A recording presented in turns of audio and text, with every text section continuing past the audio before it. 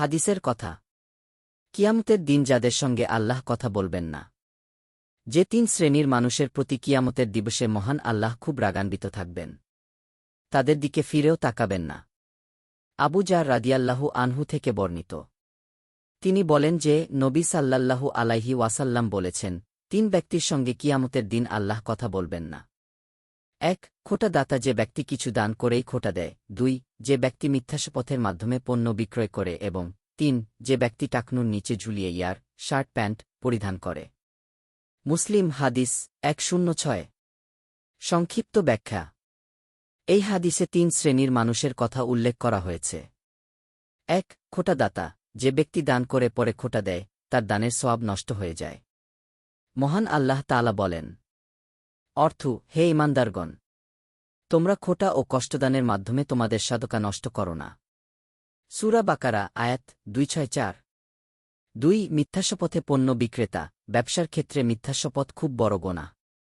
নবী সাল্লাল্লাহু আলাইহি ওয়াসাল্লাম বলেছেন, ব্যবসায়ীরা মিথ্যাবাদী হয়, তবে যে আল্লাহভীরু, সৎ ও সত্যবাদী সে ব্যতীত।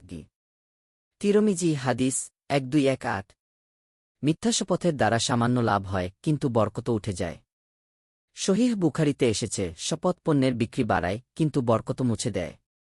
বুখারী কিতাবুল বুয়ু। 3. যে টাকনুর নিচে পোশাক ঝুলিয়ে পড়ে, ইয়ার অথবা শার্ট প্যান্ট, টাকনুর নিচে ঝুলানো অহংকারের নিদর্শন। রাসূল সাল্লাল্লাহু আলাইহি ওয়াসাল্লাম বলেছেন, যার কাপড় অহংকারবশত টাকনুর নিচে থাকবে, কিয়ামতের দিন আল্লাহ তার দিকে তাকাবেন না। বুখারী হাদিস 5788। তবে হাদিসের অন্যান্য বর্ণনায় স্পষ্ট মূল নিষেধ অহংকারের কারণে। যদি অগোচরে বা প্রয়োজনবশত নিচে চলে যায়, তবে গোনাহ নেই। দলিল, বুখারীতে আবু বকর এর ঘটনা। তিনি বললেন, আমার ইয়ার নিচে নেমে যায়, আমি তা ঠিক করি। নবী সাল্লাল্লাহু আলাইহি ওয়াসাল্লাম বললেন, তুমি তা অহংকারে করো না। এই হাদিস 3টি গোনাহর ভয়াবহতা একত্রে তুলে ধরেছে।